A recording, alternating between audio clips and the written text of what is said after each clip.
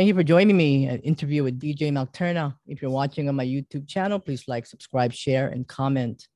I'm speaking with Adrian Workman and Shane Bradbrook, two members of the New Zealand post-punk indie band, Vietnam.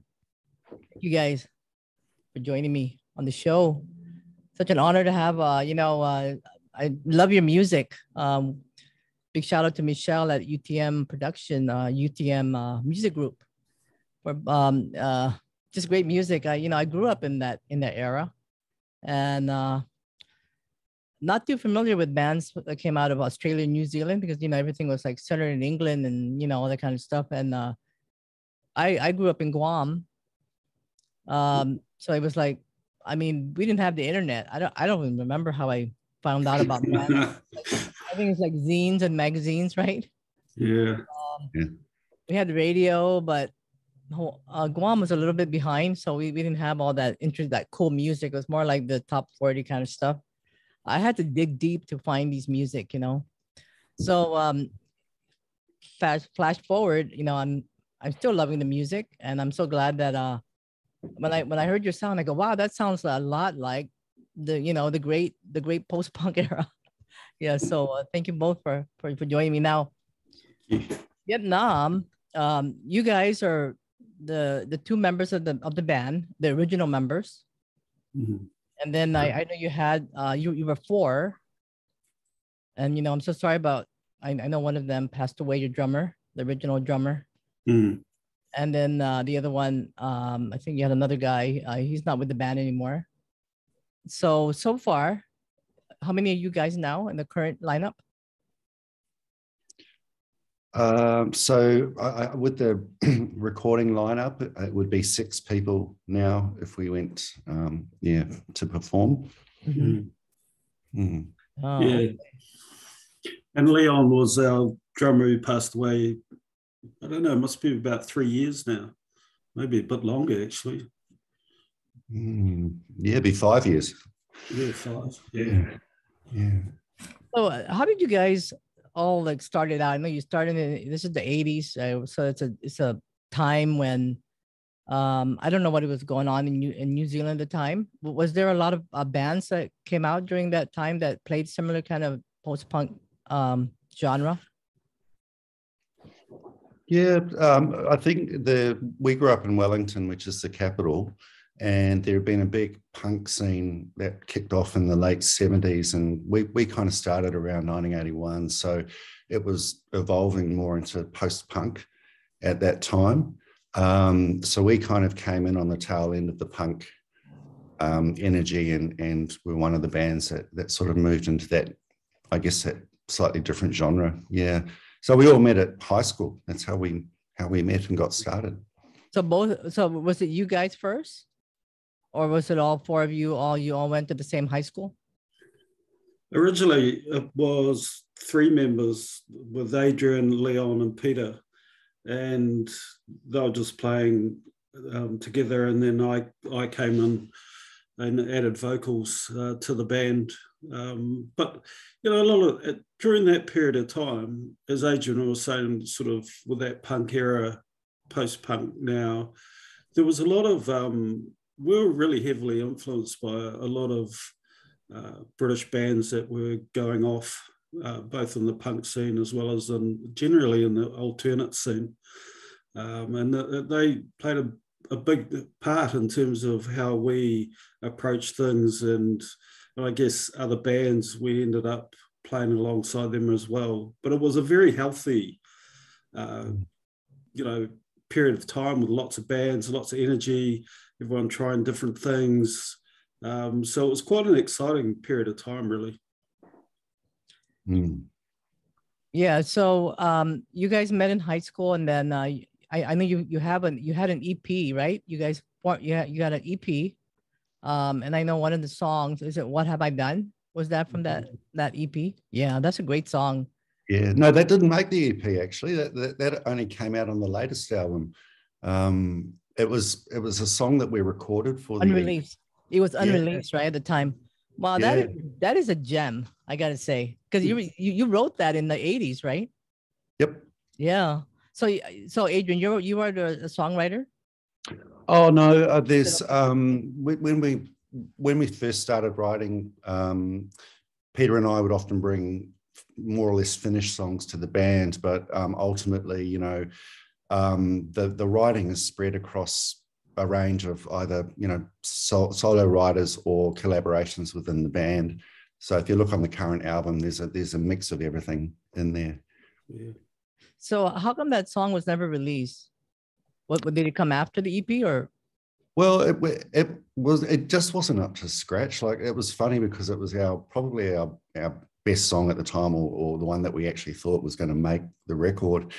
And when we recorded it, and Shane found a cassette of the recording recently, and I managed to get one listen to it before it disintegrated.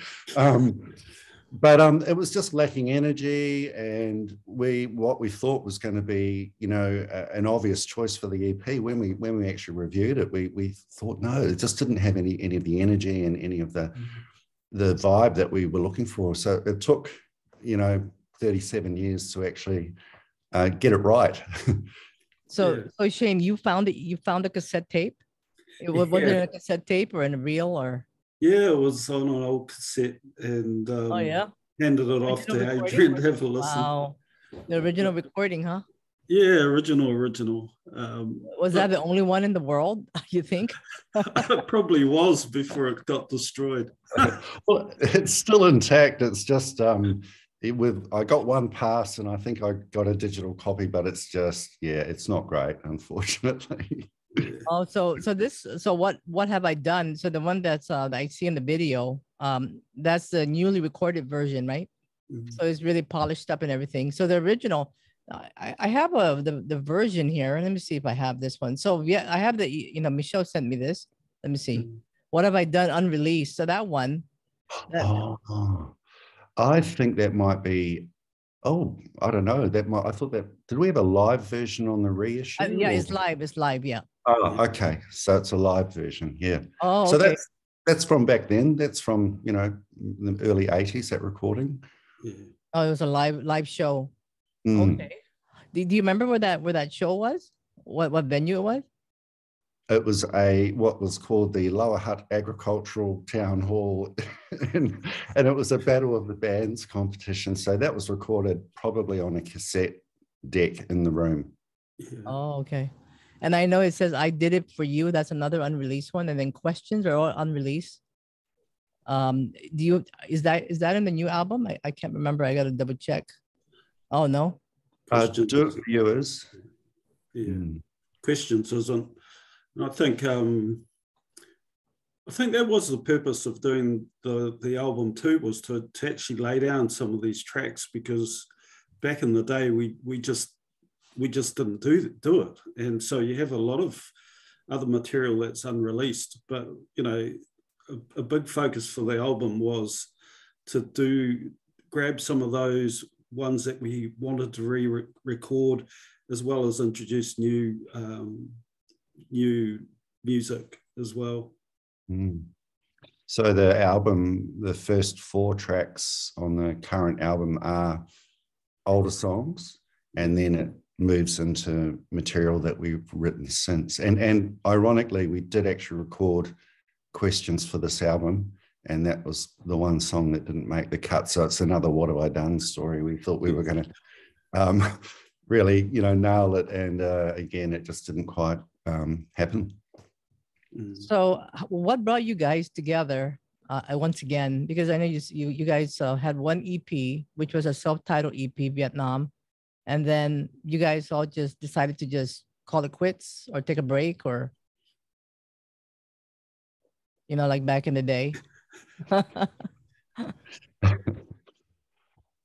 Well, look, I think the album was the back in the day, in order to make a record in New Zealand required a lot of money. It was an expensive process, and there was some arts funding available. Now, we'd more or less stopped playing live or slowed it right down, and we were fortunate that Peter was able to secure an arts grant. So we were able to make that EP, but by the time the EP was finished and ready to go, we'd all sort of made plans to move on I was moving to Australia, and I think Peter was even joining the Defence Forces or something like that at the time, and Shane's off to uni and university, and so it kind of ended up like that. So it wasn't until we had a series of events around 2015 where the album was reviewed on a blog, and we were approached by a Spanish record label to reissue the original. So that's when we kind of came back together again. What year was that? 2015 we were approached, and then we reissued the EP in 2017.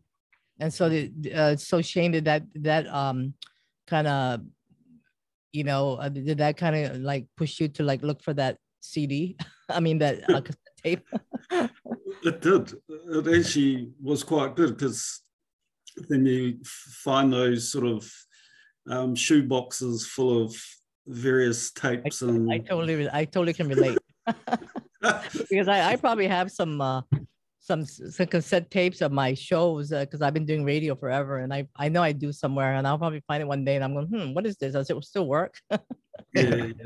So it was a bit of a catalyst to get that sorted. And then we just swapped all of those things, and I sent those over to Adrian to take a look at.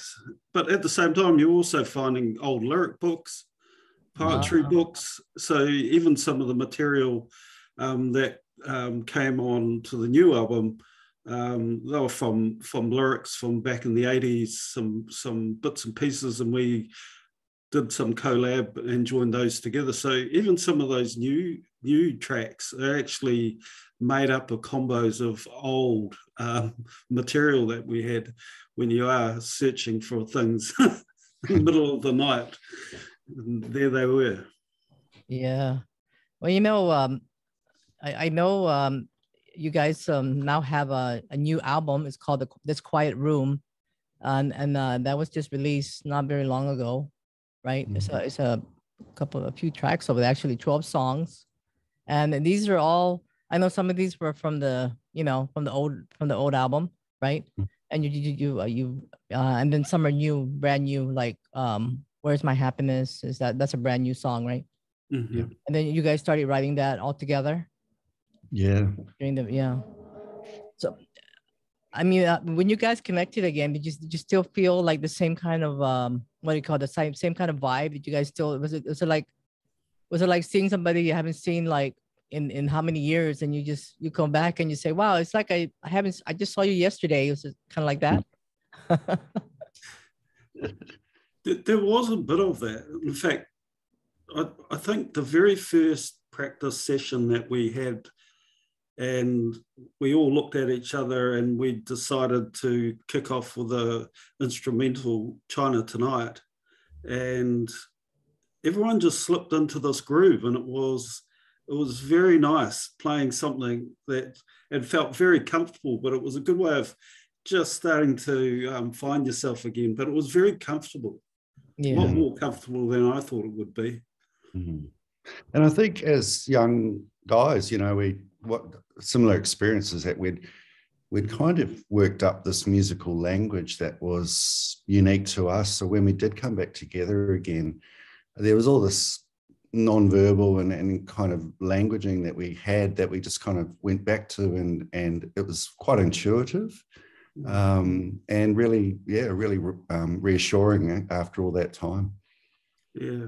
I'll tell you something funny about that session was our drummer, Leon, actually hadn't played drums, and he was just practicing in his room with his hands. And I was very skeptical when he turned up telling the story that he actually hadn't played drums in years, and he just went straight to it, and it was great. So, there is a groove there. I mean, he still had that talent. I mean, he still had absolutely. Yeah. Wow. Absolutely. So he hadn't played drums in like 30 something years? I don't think it was 30, but it definitely was over 10 years he hadn't played. Wow, that's amazing. Yeah. So what was he part of this album? Because I know he passed away in 2017, right? He was the new album, This Quiet Room. Yeah. Yeah. Well, unfortunately, so after we had played at that reunion show. Leon died about 3 months afterwards. So we'd talked about the project, but we had yet to actually start working on it. So unfortunately, you know, he never got to go any further, you know, in regards to that. But what we did do on the record is the opening track on the album. There's a count-in from a live gig, and that's Leon recorded. Oh, yeah. In another desert. Yeah, so he's on the album. Oh, yeah. And there's a little speaking part in there as well, midway through the album, where you can hear him talking to Peter from a gig. And we just wanted, you know, both of those men to be in there on some level. Yeah. Yeah, you know, I think I played that track before. Let me see. I'm trying to remember which track I think it's In Another Desert. Yeah. On the show, because I really love your sound. Yeah. Wow. That's amazing. It's nice to know these stories about how, you know, things like this form, you know, your band, and, you know, after such a long, you know, departure, you're back again. And I hope you guys will continue to make another album, you know. I know this is all, it's still brand new actually. Do you guys have any plans on I know now, I don't know what it's like in you. I think you guys are pretty open in New Zealand, right? Everything's back to normal. It's kind of back to normal and getting there in New Zealand. In fact, that's probably been some of the barriers of just playing live over the last 2 years. It's just been closures and lockdowns, and you know, we all know this around the world. It's been pretty hard working, particularly for musicians and that, who gigs are on and then they're off. Your limited numbers, and because Adrian and a couple of the other guys are based in Australia, trying to bring together parts of the group, it just turned into a bit of a nightmare there for a while of how we logistically going to be able to operate. And you know, the reality is that Adrian could have flown over from Australia, and then the gigs cancelled. So you spend a lot of money, a lot of time, energy, and it goes nowhere. So yeah, we're very aware of that. It's been quite difficult. It's probably been the same in Hawaii as well. Oh yeah, it's kind of far. For me to fly to Australia and New Zealand is a whole lot of money. Yeah, I mean, it's cheaper for me to fly to San Francisco, LA, get a cheap deal, but to fly like halfway, like it's kind of far, right? But yeah, it's, I totally understand. So right now you have a 6-piece band. Can you tell us the name of the players? Sure. Leon's replacement is Joe Neufeld from Sydney. And then we have Jeff Lewell on keyboards, who also went to high school with all of us back in the day. So he's a local addition and a person that we're really, really grateful that he has come in to sort of anchor the history of the band a little bit. And then the two men that played guitars on the album are Barn Corrin and Cranston Brett, who are also Sydney-based musicians that I've played with in different projects. So there's a nice synergy that's kind of happened within the six of us. Yeah, that's really important. I know you guys are influenced by Dr. Moana Jackson. Is that right? Can you tell us a little bit about that? I know this was a time in the 80s. Yeah, he passed away a couple of months ago now, and I had quite a lot to do with him over 40 years actually of relationship with Moana. I think for me, reflecting on his influence, I realised when we just completed a doco, and that was released not too long ago, about him, his influence about getting Māori artists in front of you, like some of our famous poets and authors, like Wainuiomata, Hone Tūwhare, Patricia Grace. He would actually invite them in and And it was just, I think for me, it was life-changing, but it influenced you in terms of, I guess, overall around about the arts. So there was that side of him. The other side of him was that he was just an out-and-out fierce advocate for Māori, and I think some of that rubbed off definitely on us. It's very hard not to. So yeah, he was quite an influence on us. Were you guys all like students from he was your professor in school? Yeah, Oh, yeah. Wow, Yeah. that's pretty cool. Very lucky. Yeah, yeah. Fortunate. Yeah, that's Yeah. so good. I mean, you guys have that, I don't know, it's more power to you, Yeah. Yeah. We had some really good teachers that, from music teachers. We had one of our teachers there, Beryl Ride. She was another fantastic advocate for, young people trying to get into the music scene. So in our high school, we had those sorts of people that were there quietly supportive or actually quite vocal at times about where we could go. So, yeah, they influenced us as well. But, largely when you look at the music we were playing, at the time, a lot of our counterparts were into reggae, just stock standard pop. It was unusual for, and we were a minority playing, punk, post-punk music. Yeah. And, you're in a relatively small valley in Wellington, and with some fairly sort of staunch views on music, and one of them wasn't post-punk. This is high school, right? Yeah. Yeah. Wow. So, a lot of these songs, were they influenced by politically? The Broken Dolls and things like that, China Tonight. Yeah, look, I think,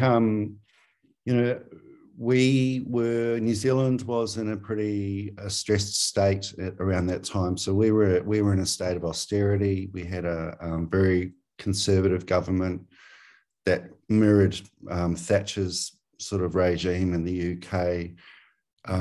There was a lot of poverty. There was a lot of stress in the country, and there was also a lot of political stuff going on that has been attended to in recent years around, the treatment of Polynesian migrants and a whole range of stuff.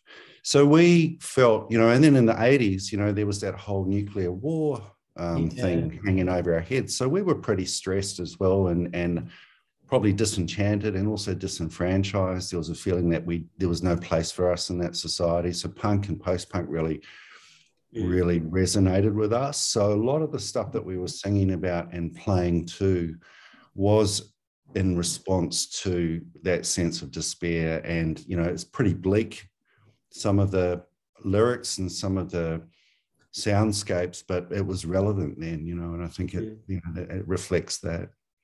Yeah, it does. And one of the other big things that happened in 1981 was the whole anti-apartheid movement, particularly when the South African rugby team toured New Zealand, and that tore the country apart. So, that's good context to look at it. And then when you look at the album now, even Where Is My Happiness, some of those lyrics came from that period of time.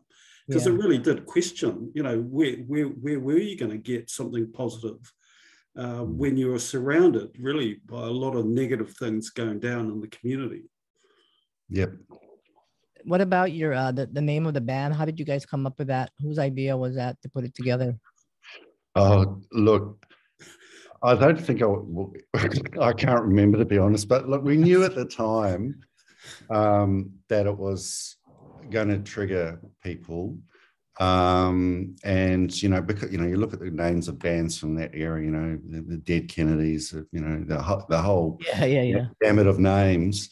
So we would just kind of throw our hat in the ring with something that we thought. Now, and we did talk about changing it numerous times, but it was kind of too late in the piece. But one thing that we were always very clear about, even if you've got a copy of the the original EP. Yeah, the orange cover. Is it orange? Is that the one? Oh, that's the reissue, actually. Yeah. Oh, that's the reissue. What is the original? I gotta go look. The original's a bit of an inversion of the current one, actually. So it's white. But we were always really careful to distance ourselves from particularly the issue of the Vietnam War. That wasn't the purpose of the name, but it, it carried a bit of energy around it, which kind of suited that, that era, I guess. Yeah. Oh, I see it. Is a black and white cover? Yeah. Oh, okay. Yeah. It's kind of like an ink blot kind of thing. Yeah. Yeah. Okay, cool. Yeah. Man, this is classic stuff, all these stuff that I'm just looking at these. I'm like, wow, how many of the EP was released at the time? Do you know? Probably 500, I would say, based on those pressings, maybe a little bit less, but 500 maximum, I think. Yeah. And then we did a video to support it as well. That was part of it on radio with pictures, which was quite a big sort of program to be on in terms of music. Was that in vinyl? Yeah, that was. Yeah. Wow. I'm one of those people that love to collect these kind of things. I mean, I would go to a record store and I go, oh, I know. Oh my God, this band. I mean, I would look in the back and so it's one of those things. I mean, is when you find it, you just hang on to it and never let go. Because it is special. I think too, though, when you listen to the album, like there was a real purpose to even looking for the right studio to record this in. So it is old school analog, and the engineer that we used, he fitted in perfectly with what we wanted musically from it. And we've had people say, oh, it sounds just like it was recorded back then. And well, in reality, it really is on that sort of recording. And just trying to book like a recording studio, right? I mean, did you guys have to go find a recording studio, or you had somebody's recording studio? Well, it was because it was tracked in 2019. This is just pre-COVID, so we still had freedom of movement. So we looked at a few studios around the place, but this one popped up.